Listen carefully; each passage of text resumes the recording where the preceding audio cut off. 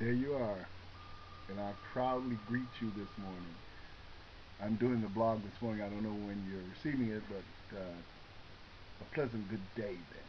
I did want to say God bless you. As we look at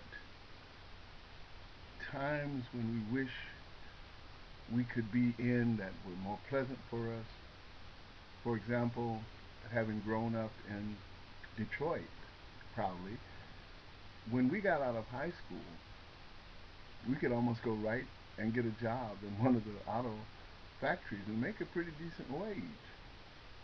Of course, because of our social habits, even though that was possible, only a few of us made it a career decision, stayed on the job, or didn't get fired or something like that. Also, the post office was hiring back then. But during those times, Obama could not run for president and do as well as he has done, and the possibility of becoming our next president. And although gas was 59 cents a gallon, and that would be very nice because of the fueling of the cars and the economy being different, Obama couldn't run for president at that time. One more example, and I'll be through. Homes you could used to get a good home for $25,000. Now that same home may be $250,000, and that would have been nice to get a home.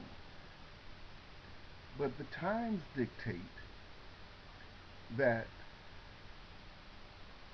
it is different, and in many ways, it is greater challenges in certain areas. But remember, Obama couldn't be running for president then. What I'm saying is what Paul probably had to come up with in the scripture. Whatever condition you find yourself in, therein be content. A lot of our depression comes from the fact that we're not looking at what God has done for us today.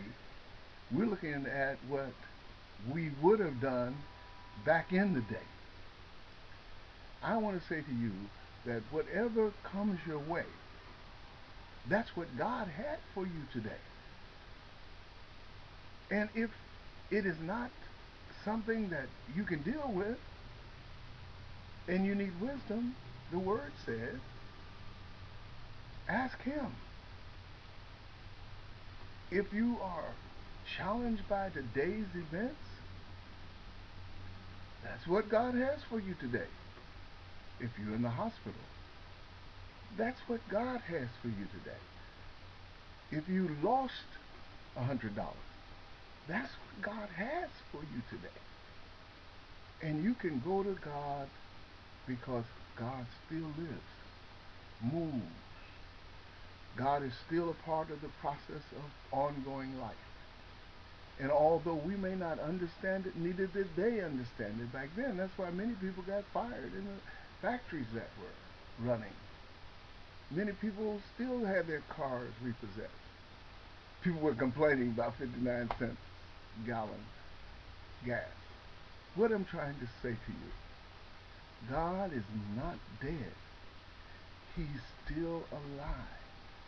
And you can still depend on him for deliverance. Think about those things today. Read our blog, read our things that we write to you. Thank you so much for being patient and listening to us on these various days that we send our blog out to you. Brian Anderson Payne in Indianapolis has just written a new book. You can write us and we'll tell you how you can get the book. You're going to want it, especially if you're in the ministry of music. God bless you real good.